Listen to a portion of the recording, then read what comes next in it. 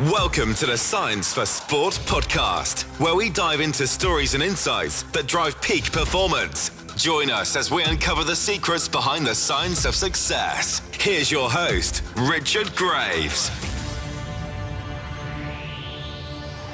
Hello and welcome to the Science for Sport podcast. I'm your host, Richard Graves, and this week we're delving into the world of data analysis. In particular, the new Certified Sports Data Analyst course, which you can find on our website, scienceforsport.com. Joining me this week are two guests from Premier League football clubs. Ryan White is the data analyst at Crystal Palace Football Club, and Arian Farahande is the first team sports scientist and data analyst at Wolverhampton Wanderers. So, to find out a little bit more, let's hear from them both now. Unlocking sports science to push the limits of human potential. This is the Science for Sport podcast. Well, Arian, Ryan, thanks for taking the time to join us on this week's podcast. Obviously, both very busy at the moment, yourselves with your day jobs, with your respective Premier League clubs. But also, given your roles as data analysts at Wolves and Palace, respectively, this is perhaps gives you the best platform to talk about this course that's gone live on the Science for Sport website. We should probably start by telling the listeners a little bit about yourselves, your background, how you come to be in this position. So, Arian, we'll start with you. Yeah, cheers, Richard. It's a real pleasure to be asked to come and speak about the course. My name's Arian Farahande, currently the physical performance data lead at Wolverhampton Wanderers Football Club, and where I look at data-driven strategies that can influence bits from injury prevention to performance optimization across our department. So it may include creating dashboards where we can extract some nice insights in order to answer real life performance questions. And a lot of people, as we know, can create these nice dashboards, but they become meaningless if you're not using them to extract the correct insights. So we're constantly getting asked questions on a daily basis. So a lot of that involves my main role. And then alongside that, I'm currently pursuing a professional doctorate, which is focused on developing integrated models to enhance injury prevention in professional football. So my journey into sports analysis has been defined by a commitment really of merging scientific rigor with the practical applications in my current role. So yeah, tangible impact on performance in that way. And Ryan? Yeah, thanks for having me on.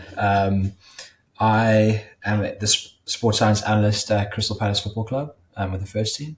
So my role is very similar to Arian's in terms of just delivering sort of insights on a daily basis, helping communicate data across multiple departments. So we've got a very integrated research strategy as well at the club. So it's just working across those various projects and departments.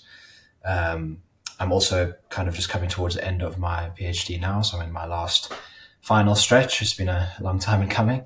And I probably approached sports science from the academic perspective, and that I pursued academics to help with the data and analytics side of things. And that's kind of led me to where I am currently. Well, this is where I take the opportunity to actually inflate your tires, if you like, because I think you're both fairly modest there. As you said, Ryan, you're in the process of doing your doctorate. Obviously, Arian, you talked about your doctorate as well, but you've got a master's degree in exercise physiology, a Bachelor of Science in Sport and Exercise Science, and a professional certificate in data science as well. You're both highly qualified to talk about this subject. And it's one that I find fascinating because you hear a lot about data analysis. You see sports channels, media outlets giving sports fans any number of different statistics relating to fantasy sports or individual games, individual player analysis. And yet it strikes me none of it actually means an awful lot without context. So I imagine that both of you at times, if you ever watch or listen to this, get a little bit frustrated, don't you? If you see something being put out in the public domain and you don't hear the context with it, how do you react, Arian? Yeah, I mean, that is a daily problem that we probably face every single day, whether it comes within the performance department, whether it's performance analysis. And I think that's where context is key, really. The integration of all these different data sources. You've got the performance analysis in the gaffer's ear in one side, then we've got our performance medicine department in the other ear. So the integration of the different departments is really key, and it can be frustrating if it's not corrected and if it's not stamped out straight away. So almost the integration of a real good data model, so we do get a more holistic view and a more well-rounded picture to relay back to the management team, or relay even back to the individual and the player.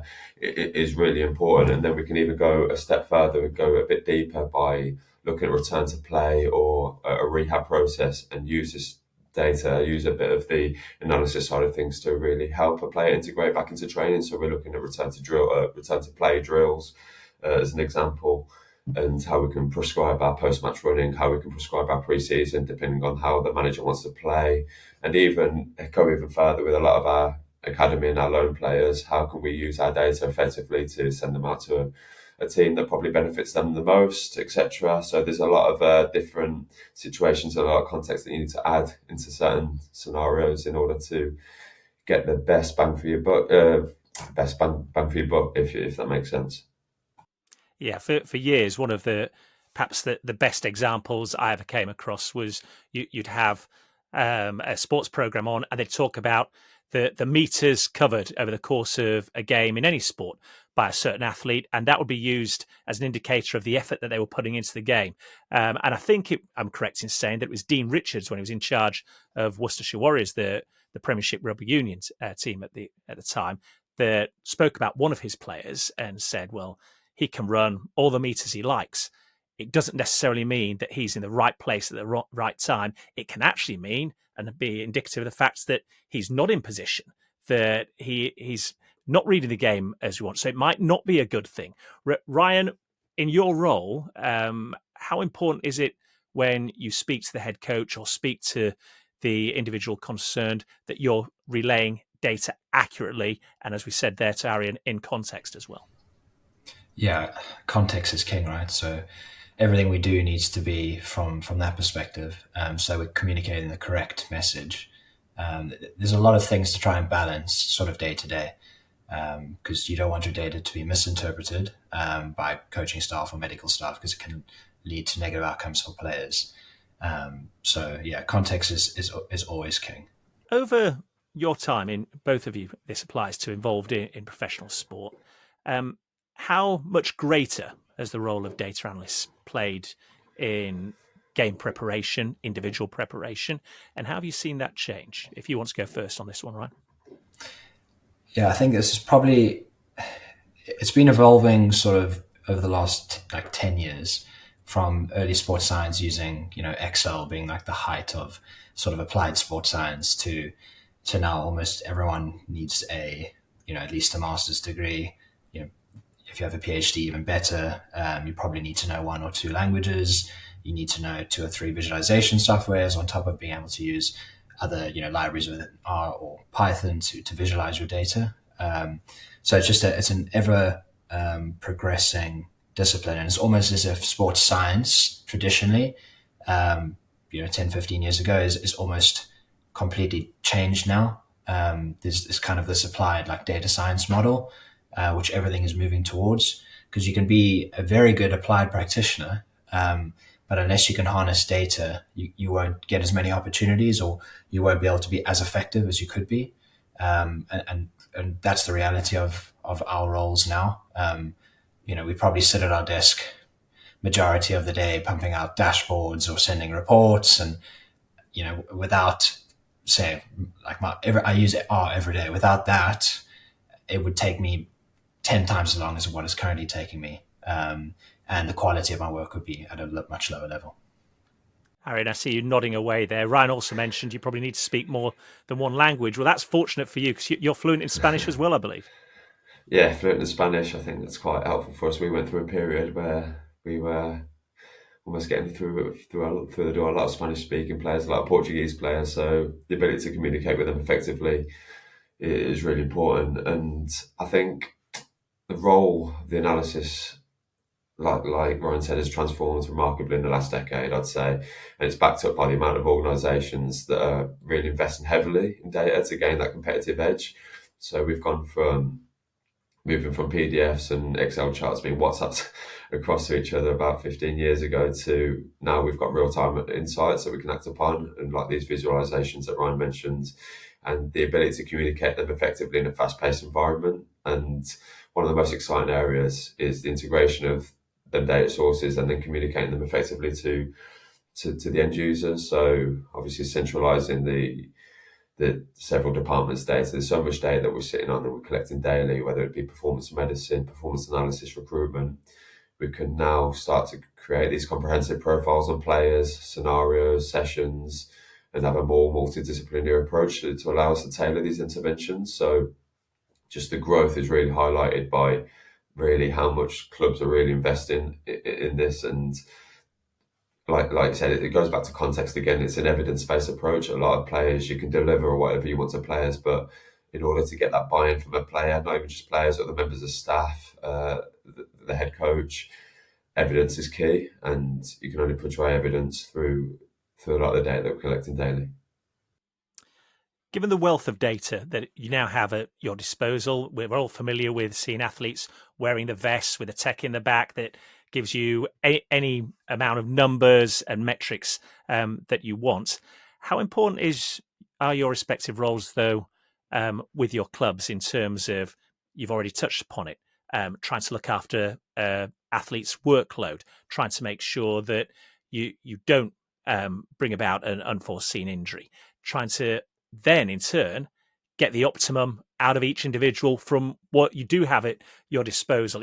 It's all very well and good having this wealth of data, but I guess the coaches, the managers will come to you and say, you are the people that have got to interpret it for me. Yeah, so like you mentioned there, so we're collecting so much data on a daily basis, and we're constantly asking the question of what is it telling us. So we've gone past the point of centralizing. So now we can almost reach the point of developing tools, and that's been really instrumental in the way we approach injury prevention and bringing them insights into real-time data. So we're collecting that much information now that we almost know the questions that this head coach would want answering, these kind of questions that we face on a daily basis. So the decision support tools that give our staff a shared language and vision, which will help us approach each player holistically. I think one of the main examples I can probably think of was one of my previous roles with the USA Women's Hockey. So this was 2018 now, which seems like a lifetime ago, but they had a vision of medaling at the 2028 Olympic Games, and it was their first real insight into data-driven strategies. And by focusing on their data-driven training and match analysis, it was almost a significant step for me. It was the first time I've seen the critical role that data play in a long-term strategic plan in a real competitive setting. So working with that national team really highlighted the importance for me of developing like a robust system that can be reliable, and the most important for me is repeatable. Every data point that we collect is a step towards a shared goal, and that was a really well integrated strategy, and that shows how important that system can really be. I suppose, Ryan, from what Aaron's just said there, as important in your role is being able to pare back the data so it's relatable and understandable to the decision makers, because if there's too much noise around it, if you like, it's very easy to take the wrong decisions.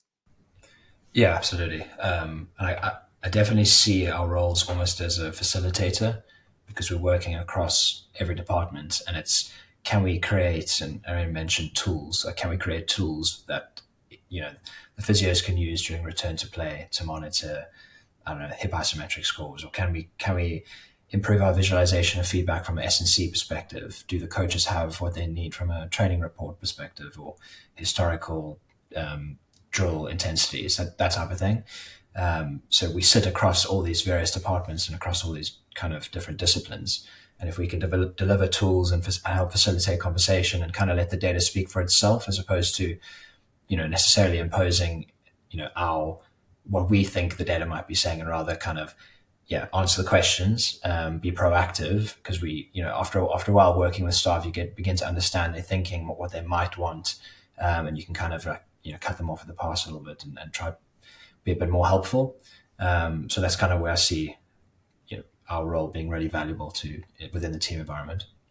Yeah, from what you're both saying, it strikes me that the role of data analysis is only going to continue to grow in professional sport, which leads us nicely onto the subject of the sports data analyst certification course that you can find on the Science for Sport website. You've both been involved in developing and obviously tutoring on this online course. So, Arian, what was it that drew you in and attracted to lending your experience?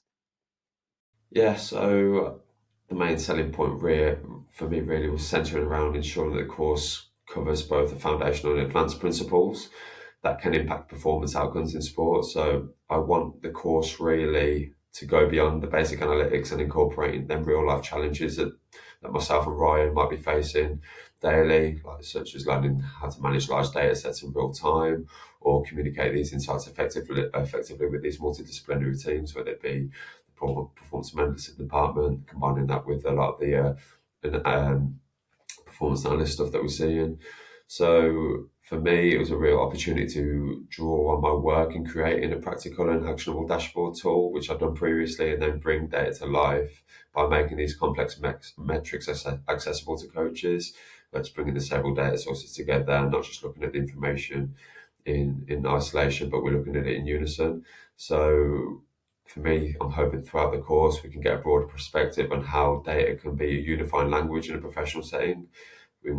For me, it was a real opportunity to allow people to leave the course with not just the expertise that you can develop on several courses, but allow them to have a vision for ideas and how they can implement that within their own practice. So that was a real sell for me, and one area or aspect I was really looking forward to getting my teeth into. And how about for you, Ryan? Because as we heard that there are courses around. There've been a number of courses around, but this seems to bring it all together in one place. Yeah, I think that's its strength as well, and that's previously when Aaron and I were kind of learning our trade, because of our background in sports science undergrad, we had an exposure to basic statistics and research methods, but nothing from a computer science perspective, most likely until we reached like a postgrad level, and then we were allowed to like pursue our own interest within that. But all of the courses you access from that perspective are always like business courses or aimed at business. So you're kind of having to learn the skill. You learn a statistical programming language like R, speaking a business language, and then trying to apply it in a sports science setting. So I think there's a kind of a gaping gap there for a lot of practitioners. If we can give them a tool that they can learn sports-specific examples and tackle problems that they're going to encounter every day, and learn those basic skills, I kind of want to be part of that process, and that's why I got involved with implementation of Astova One. I'm glad you touched upon that, because that's directly into the next thing I was going to ask, specifically about this course. What skills and knowledge does it provide that specifically sports professionals need? I think for me, it's really designed to bridge the gap between theory and practice. So it offers people skill sets directly applicable to their work. Like we said, we've been involved in courses, business courses, and even sports science courses, which are basically just learning how to build dashboards. However, on this course, you won't just learn how to analyze the data. You'll learn how to translate it into meaningful recommendations that can then improve future practice and performance. So one of the most unique components of the course, which I'm most excited about contributing to, like we mentioned, is the emphasis on real world applications. So the course's value lies in its holistic approach of handling sensitive information. So we don't want them to just walk away with the technical knowledge. We want them to have an idea and mindset that they can seamlessly integrate into their practice and their organisations. Give us a practical example then in that scenario, in a sporting environment where this course really would guide you and help you. Do you want me to carry on, Ryan, or do you want to? Yeah, I'll jump in there. From a practical standpoint, it's going to teach them kind of first step in how to access their data, read it into the R environment, clean it, filter it, prepare it for visualization, import it into Tableau or Power BI, whichever software that they are working with, and then visualize that to create reports, etc. So it gives them that whole sort of process flow that you would typically do within a professional environment. But it's basically first steps, as well as being able to walk away with, I now know how to clean data, process data, clean data, visualize data, generate reports, and from there, the world's kind of your oyster. You can start building and applying those, or learning new skills to add on top of that, and you're flying at that point. And that's got to be the number one goal of this course, Arian, hasn't it? That it's not just what you learn online, it's being able to see that pathway where you can take that learning experience and put it into practical use. That's it. It's a pathway that we're almost offering that can be repeatable over and over and over again with however many new data sets are maybe provided.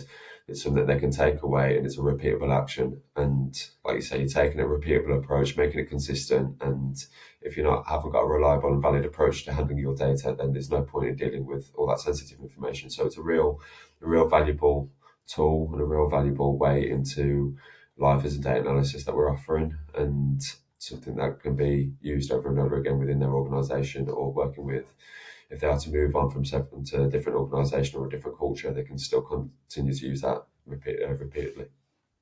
And looking at the big picture, to both of you, you've already spoken about the way sports data and the analysis of it has transformed professional sport over the last decade or so, during your time involved and your experience. If you look 5 years from now, how do you see the use of data analysis evolving, Ryan? I think much of the same, in that we're going to encounter this sort of avalanche of data, which we already have, but it's going to become more and more crucial to be able to handle that data. And I think you'll probably see an expansion of data teams, because everything we do now is, every decision that is being made needs to be evidenced at this level. So I think you'll see a big expansion of data teams, which is why the skills are obviously so important. You'll see integration of things like AI as well into a lot of our systems. And I think you'll also see probably more of a merger of like computer science into sport, in that you need sort of frameworks to handle your data. You need data management platforms. So kind of having that like good level of data literacy is going to be paramount to success in professional sports within the next 5-10 years. And if you're a professional data analyst, Arian, as indeed you are, I guess the key to being successful is being able to stay one step ahead of the curve in an ever-evolving picture, which isn't the easiest. No, absolutely. As Ryan mentioned, there are thousands and thousands of metrics which are being thrown at us on a daily basis. A few years ago, XG didn't exist, and now it's one of the most prominently used metrics on the game. Whether you look at Sky Sports, whether you look in a professional environment, all of these metrics have been developed at such a pace that there's going to be something new around the corner. I think Ryan mentioned the advancements in AI, and there's a lot of good work already been done in the area of machine learning, but analysing multidimensional data sets to develop the models, may identify risk factors. A lot of the work that I'm currently looking at in my prof doc is looking at the novel models which have been highlighted in research that don't really have any real-time applications. So, and increasing them strategies which can then can process complex game data in real time can be really powerful moving forward. But I think as practitioners and analysts, we've got to be prepared. We've got to be ready for what's going to come at us. You've got a lot of practitioners which get really excited by a lot of the metrics that we're looking at daily. However, if there's not much evidence or not much research behind it, it's up to us to really delve into that and to see if there's enough reliability and validity beyond that. Because if we can throw a lot of numbers at the coaches, a lot of numbers at the staff. However, if there's not much meaning behind it, we're not really extracting enough insights from it, there's not really much point in looking into it. So, yeah, like Ryan said, a real avalanche in data coming our way, but hopefully after the course, a lot of people will have a lot more help in answering them questions. Yeah, well, fingers crossed. That's certainly the aim of it. I wonder, just finally, how do we see sport reacting to data analysis, and do you feel it'll become even more prevalent as we go forward. You look at a sport like the NFL, and they talk about limiting the number of snaps any one player will get. You look at rugby union, for example, and you'll see, in rugby union internationals at 60 minutes into the game, en masse, they might change the entire front row. Football doesn't seem quite so rigid in its thinking at this moment in time, but do we see it evolving to that in order to optimize what you can get out of each individual athlete? Yeah, definitely. I think areas within sport will always evolve if there's enough competitive advantage. So as long as we, the current people working in sport in data analysis, continue to provide value to our clubs and to the players, we'll just continue to see that evolution, I think. Teams are always going to chase that 1%, and I think that's what data is providing us with. Pinch of salt here and there. You need, again, we mentioned context is key, but I think that there'll be a continued expansion. Do you agree with that, Arian?